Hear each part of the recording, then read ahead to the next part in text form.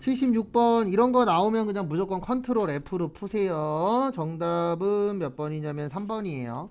일단 1번이 틀린 이유는 소프트웨어 무형자산이고요. 그 다음에 2번이 틀린 이유는 특허권, 4번이 틀린 이유는 광어권. 얘네들 다 무형자산입니다. 그래서 정답은 3번의 구축물 건설 중인 자산. 그래서 이렇게 푸는 방법도 있어요. 꼭 무조건 컨트롤 F로 하실 필요는 없고, 여기 왼쪽에 보시면 유형자산 있거든요. 유형자산 누르면 요게 유형자산이에요. 그래서 건물 있고 구축물 있잖아요. 이렇게 하셔도 되고 컨트롤 F로 하나씩 치셔도 됩니다. 회계하고 세무하고는 좀 달라요. 왜냐면 회계는 시간이 1시간이니까 되게 촉박한데 세무는 90분이에요. 그러면 이런 거 다 컨트롤 F로 찾아도 시간이 부족하진 않아요.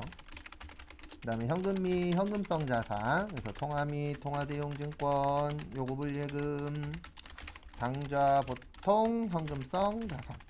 그래서 옛날에는 현금 등가물이라 그랬죠.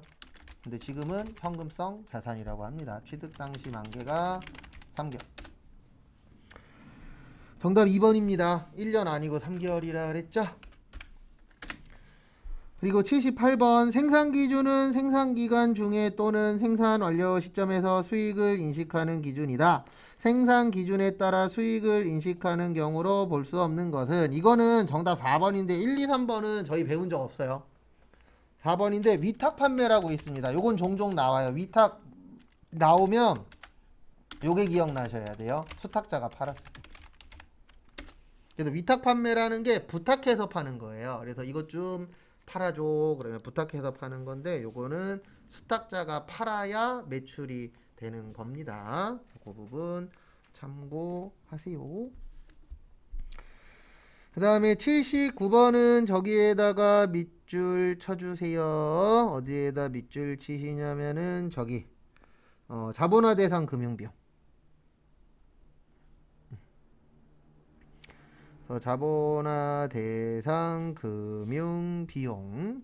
그래서 앞에 보시면은요, 자본화 대상 금융 비용 밑에나 위에다가 이렇게 적어주세요. 건설 자금이자. 두 개가 같은 말이에요. 그래서 자본화 대상 금융 비용이나 건설 자금 이자나 같은 문구인데, 이제 요게 이제 무슨 뜻이냐면 말뜻 그대로 우리가 이제 저거 하려고, 건물을 지으려고 이자 빌리는 거예요. 그래서 여기에서 키포인트는 기간이 1년이 넘어야 돼요. 그 다음에 자산 처리하셔야 됩니다. 그러니까 뭐냐면 우리가 건물을 지을 때 대부분 건물 짓는데 1년 이상 걸리잖아요. 그 다음에 내 돈으로 지어요? 대부분 대출 받아서 지어요? 대출 받아서 지어요. 그래서 지금 난리인 게 건설회사들이 지금 막 짓다가 못 짓고 있잖아요. 그게 왜 그러냐면 대출이 안 나와서. 돈을 땡겨와야 되는데 돈을 땡겨올 데가 없는 거예요. 왜냐면 최근에 어쨌든 저희 강원도에서 한번 난리 났었잖아요. 그리고 최근에 조금이긴 한데 이자율 60% 주고 판 것도 있었대요. 2천만 원어치를 이자율 60%에 팔았대요. 그런 거 사면 대박이죠. 60%면은 어마무시한 돈이잖아요. 2천만 원이면은 이자로만 1년에 1천만 원 이상이 나가는 거예요. 그렇게 해갖고 자금 조달을 지금 하고 있대요. 왜냐면 워낙에 지금 돈이 안 돌아다니니까. 그래서 앞으로 건설 쪽에서도 좀 문제가 생기지 않을까. 그래서 요거 나올 확률 좀 있어요. 그래서 우리가 건물 그러면 두 가지가 있어요. 건물은 완성됐을 때 쓰는 거고, 그 다음에 미완성됐을 때는 건설 중인 자산이에요. 요거 두 가지 차이점도 알고 계십시오. 그래서 정답은 4번이에요. 왜냐면 단기잖아요. 요건 일반적으로 장기여야 돼요. 그래서 몇 년보다 길어야 돼요? 1년보다 길어야 된다라는 거 참고 좀 해주세요. 그 다음에 다음 것도 보도록 하겠습니다.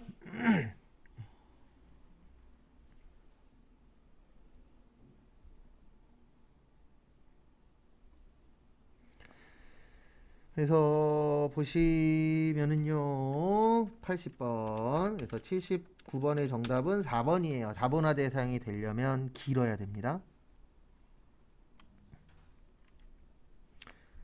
그 다음에 80번 보시면은요, 저기에다 밑줄 치세요. 토지.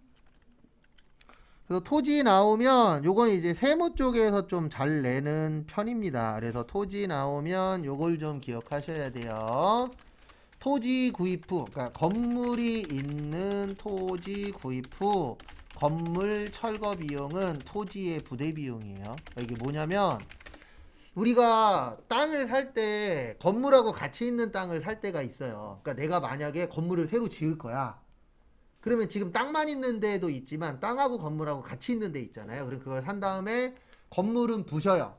그리고 거기에다가 내가 새로운 건물을 지을 거야. 이럴 때 부시는 비용을 어떻게 처리할 것이냐. 이런 부분이 남잖아요. 비용 처리를 할 거냐 아니면 자산 처리할 거냐. 그래서 우리 회계에서는 자산 처리하라고 되어 있습니다. 그 부분 참고하시고요. 그 다음에 그래서 거기 보시면 구건물을 철거했대요. 토지의 취득원가가 아닌 거죠. 구건물 철거 비용 맞고 토지 구입 대금 맞고 토지 등기비 및 취득세 맞습니다. 정답은 4번이에요. 신건물 공사비는 이걸로 들어가는 겁니다. 건설 중인 자산. 왜냐면 공사비란 얘기는 아직 완성 안 된 거잖아요. 그러면 완성될 때까지는 뭘로 쓰시면 안 돼요? 건물로 쓰시면 안 돼요. 그래서 미완성은 건설 중인 자산입니다.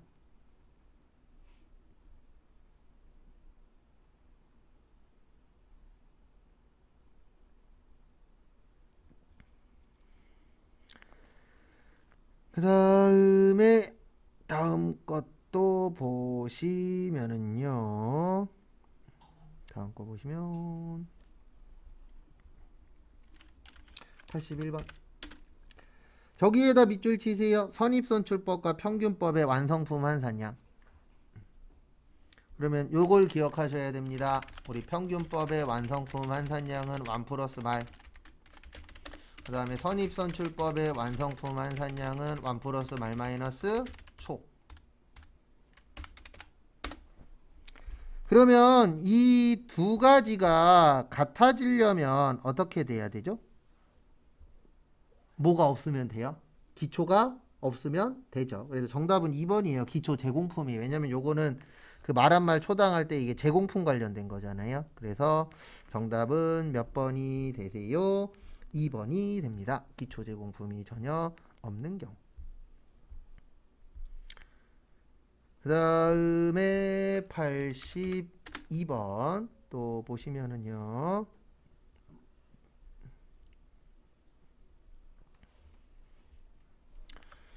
(82번) 원가액의 정답은 일단은 4번이에요. 그래서 아까 제가 재무회계의 주된 목적은 외부 정보 이용자에게 정보 제공. 그 다음에 요거 있다 그랬죠. 원리 원칙이 있다. 그 다음에 원가회계라고도 하고 관리회계라고도 해요. 요거는 내부 정보 이용자에게 정보 제공. 그래서 원리 원칙이 없어요. 그래서 정답은 4번입니다. 기준이나 이런 게 없다라고 보는 게 원래는 있어요. 원래는 있는데 이론상에서만 없다라고 보는 겁니다. 실제는 있어요. 우리 원가회계 만들 때 어떻게 해야 된다 이런 게 실제로는 있는데 일단 내용상에는 없으니까 그 부분 참고하시고요. 그 다음에 다음 거 또 보시면은요.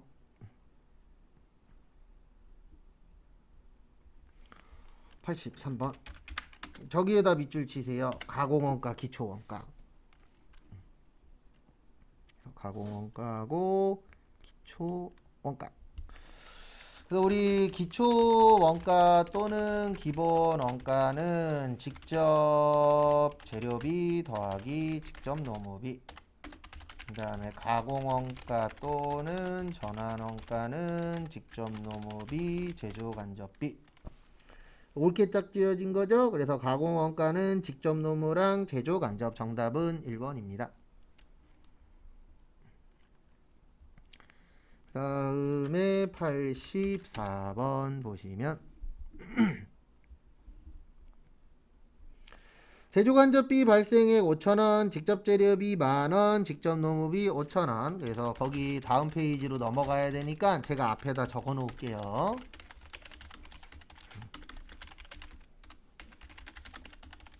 여기에서 키포인트는 요거예요. 직접 노무비 기준. 그래서 10페이지 보시면 직접 노무비를 기준으로 제조간접비를 나눈대요. 그러면 노무비 5,000원이고 간접비 5,000원이잖아요. 그러면 5,000원, 5,000원이면 몇 프로예요? 100%죠? 그래서 노무비의 100% 1번입니다. 그냥 말장난 문제예요. 왜냐면 거기 지문에 써 있잖아요. 노무비를 기준으로 했다. 그러면 노무비의 몇 프로냐? 그걸 물어보는 겁니다. 그러면 5,000원, 5,000원이니까 100%죠? 그리고 이렇게 나왔을 때 3번, 4번 찍으신 분은 그냥 찍은 거예요. 항상 헷갈리시면 지문에 있는 글씨 놓고 찍으세요. 그래서 지문에 뭐라고 되어 있느냐 그거를 놓고 찍으시면은 맞출 확률이 좀 올라갑니다. 그 부분 참고 좀 해주세요. 그래서 정답은 1번입니다. 그리고 만약에 재료비 기준이라고 나왔으면은요 정답은 4번이 되는 거예요. 왜냐면 재료비는 10,000원이고 간접비는 5,000원이죠. 그러면 10,000원에 50%면 얼마예요? 5,000원이죠. 그래서 만약에 재료비를 기준으로 했을 때 몇 프로냐 그랬을 때는 정답이 4번이 되는 겁니다. 그래서 제가 많이 이야기하는 것 중에 하나가 이런 얘기 많이 할 거예요. 무슨 얘기 많이 하냐면 지문 잘 보시라고. 항상 지문 안에 정답이 있습니다.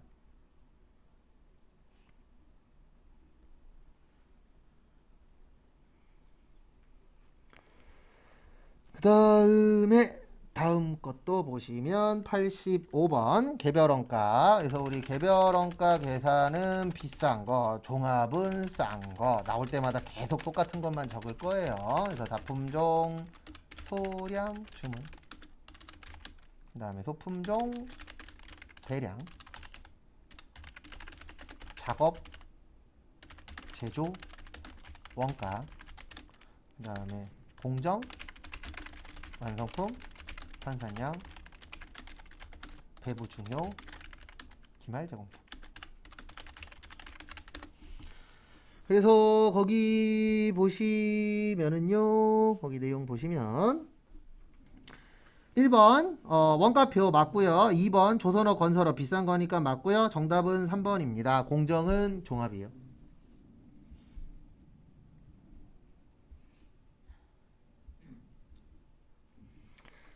그 다음에 86번 면세 대상이 아닌 거. 면세라는 건 이제 대부분 이런 거라 그랬죠. 이제 불완전 면세 제도라고 하고 우리가 살아가는데 필요한 것들이 면세가 많아요. 그리고 대부분 저소득층에서 많이 쓰는 거.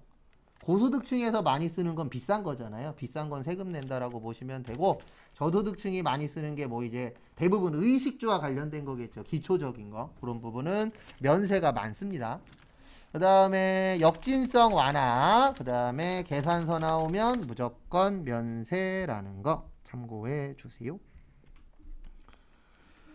그래서 86번 보시면 의료보건, 우리 병원 가야 되죠? 그 다음에 땅도 면세입니다. 그래서 정답은 3번이에요. 왜냐면 고속버스는 일반 버스만 면세예요.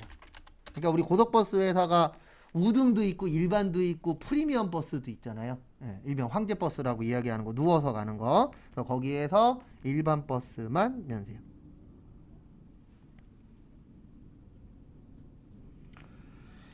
그 다음에 거기 보시면 토지의 공급이라고 있거든요. 네, 제가 요거 나오면 맨날 이렇게 쓸 겁니다. 우리 토지가 있고 건물이 있고 그 다음에 국민주택 규모 초과가 있고 그 다음에 국민주택 규모 이하가 있어요. 그 다음에 사고 파는 거 매매, 그 다음에 빌리는 거 임대. 그래서 토지의 매매는 면세. 그 다음에 토지의 임대는 과세. 그래서 거기 토지의 공급이 토지의 매매예요. 그 다음에 건물은 비싸니까 둘 다 과세. 국민주택 규모는 큰 집이니까 사고 파는 거 과세. 근데 빌려 쓰는 이유는 돈이 부족하니까 면세. 그 다음에 국민주택 규모 이하는 작은 집이니까 면세에 뭐요? 면세.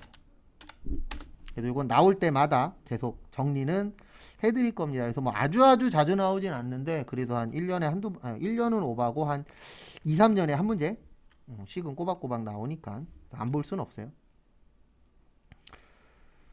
그 다음에 어디 갔냐? 87번. 과세 대상에 해당되지 않는 거 정답 4번. 우리 과세 대상에 재화의 공급에 포함되지 않는 것에 네 가지 있었죠. 물납, 담보, 공매 및 경매. 사업의 무슨 양도? 포괄량도. 그래서 거기 담보라고 써 있잖아요. 그러니까 이론 개수를 늘리시려면 좀 힘들긴 한데 이 연습을 계속 해야 돼요. 무슨 연습을 해야 되냐면 하나 가지고 다른 거 찾는 연습을 해야 돼요. 왜냐면 절대로 시험은 우리를 편하게 해주는 게 아니에요. 그래서 상세하게 안 줘요. 그러니까 단어 하나 가지고 외운 게 있으면 그거를 끄집어내냐 못 끄집어내냐 그것 싸움이 되는 거예요. 그래서 이론이 어려운 거예요. 왜냐면 이론을 맞추려면 내가 전체적인 내용들을 어느 정도 파악해야 되니까. 그래서 어떻게 보면 제일 쉽게 붙는 방법은 실기에서 최대한 많이 맞는 거예요. 그러니까 만약에 실기에서 진짜 잘 풀어서 60점 나왔어. 그러면 이론에서 5개만 맞으면 합격이거든요. 왜냐면 이론 같은 경우에는 들쑥날쑥해요. 그래서 실기 쪽을 잘 보긴 해야 되는데 실기를 또 우리가 60점 맞기가 쉽진 않거든요. 그래서 우리 목표가 이론 20점, 실기 50점 이상 그렇게 세팅을 잡고 준비하는 겁니다. 그 다음에 88번 저기에다 빗줄 치세요. 의제 매입세. 그리고 앞에 보시면 의제 매입생 나오면 살 때는 면세의 원재료, 가공해서 팔 때는 과세. 그 다음에 원칙은 102분의 2. 그 다음에 중소제조기업이랑 개인은 104분의 4. 그 다음에 법인, 음식점 중에 법인은 106분의 6, 개인은 108분의 8, 2억 원 이하는 109분의 9. 그 다음에 농어민은 제조업만 가능. 그 다음에 사업자하고 거래할 때는 계산서, 신용카드. 제가 나올 때마다 계속 똑같은 것만 적어드리는데 왜 그러냐면 그게 기본 내용이라 적어드리는 거예요. 그래서 기억 안 나는 거는 체크해놨다가 한 번씩 더 봐주시고요. 그 다음에 거기 보시면 의제 음식업의 의제 매입세 공제율 103분의 3은 옛날 거예요. 그래서 103분의 3이라는 건 없습니다. 그래서 정답은 몇 번이세요? 1번. 그 다음에 의제 매입세액의 공제 시기는 구입한 시점이라고 되어 있거든요. 그거 맞아요. 그래서 의제 매입세액은 구입 시기고 그 옆에다 요거 하나 적어주세요. 감가상각은 사용 시기예요.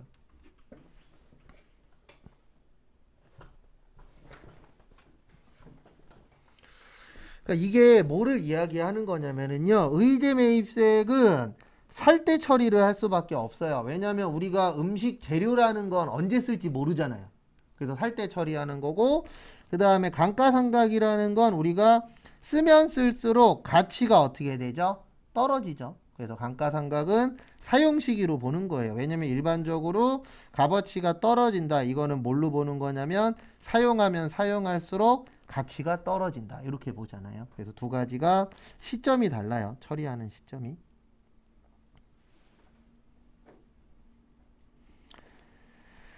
그 다음에 89번 부동산 임대소득이 아닌 것은 정답은 3번입니다. 무슨 권으로 끝나면 요거는 그냥 답 맞추기 위해서 제가 축약해서 알려드리는 거예요. 원래 종류별로 다 외워야 되는데 너무 많아요. 그러면 그래서 그냥 권으로 끝나면 지상 권으로 끝났잖아요. 그러면 무슨 소득이라고요? 기타 소득.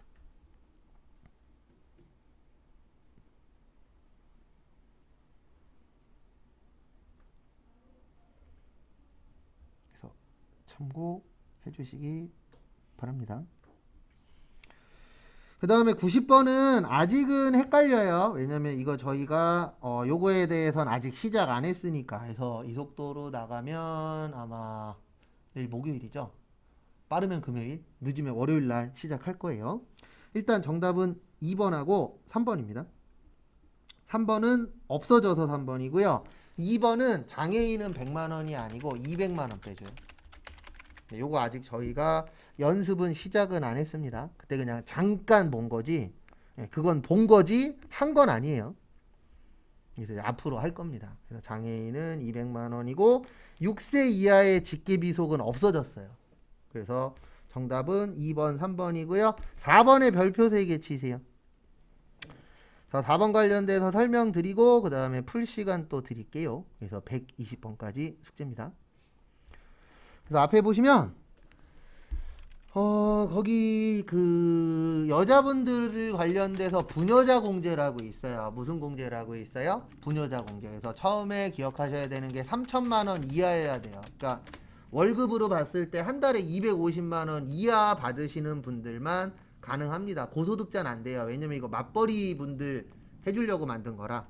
그래서 첫 번째로는 이제 배우자가 있는 경우, 배우자가 있는 여성, 배우자가 없는 여성. 잠시만요. 부녀자 공제. 배우자가 있는 여성이지. 큰일 날 뻔했네. 그 다음에 두 번째가 배우자가 없는 여성으로서 여기에서 키포인트는 세대주여야 돼요. 근데 대부분 세대주 누구로 올라가 있죠? 대한민국은? 남자분들이 대부분 세대주로 올라가 있습니다. 그래서 여자분이 세대주로 올라가 있고 부양가족이 있을 때. 그래서 요때 이제 부녀자 공제가 가능하세요. 그래서 여기에서 키포인트는 일단 3천만 원보다 적으셔야 돼요. 본인이에요, 이거는. 그래서 본인이 그런 경우. 그 다음에 기억을 해주셔야 되는 게 어디 갔냐, 부녀자 공제. 그 다음에 요거 있어요. 한부모 공제라고. 그래서 한부모 공제는 배우자가 없는 사람이에요. 왜냐면 한부모는 남자가 될 수도 있고 누가 될 수도 있죠. 여성분이 될 수도 있죠. 그래서 배우자가 없는 사람으로서 직계 비속이 자녀입니다. 또는 입양자가 있는 경우. 그래서 부녀자 공제는 거기에 있는 것처럼 50만 원 빼줘요. 그 다음에 한부모 공제는 100만 원 빼줍니다. 그 다음에 부녀자 공제와 한부모 공제가 가능한 경우 일명 이중공제라고 하는데 이때는 한부모 공제만 가능해요. 왜 그러냐면 이거 여자분만 되잖아요. 맞죠? 이건 남녀 다 되잖아요. 한부모는. 근데 만약에 여자분들이 요것도 하고 요것도 인정해. 그러면 남자들이 싫어하잖아요. 안 그래도 젠더 갈등 심한데 여자는 두 개 다 해준대. 그러면 남자들이 좋은 반응이 나올 수가 없겠죠. 그래서 국가에서도 눈치를 봐야 되기 때문에 두 개가 다 되면 두 개 다 못 해준다. 그 중에 높은 것만 해주겠다. 한부모 공제가 100만 원 빼주니까 한부모 공제가 더 높잖아요. 그래서 무슨 공제만 돼요? 한부모 공제만 가능합니다. 두 개가 다 되시는 여자분이 계실 때에는. 둘 다는 안 돼요. 그러니까 이런 식으로 그냥 시험 볼 때까지 그냥 계속 정리할 거예요. 계속 정리하고 계속 보고 그 방법밖에 없습니다. 그 다음에 정리하시고 91번부터 120번까지 숙제예요. 그래서 그거 풀어보세요.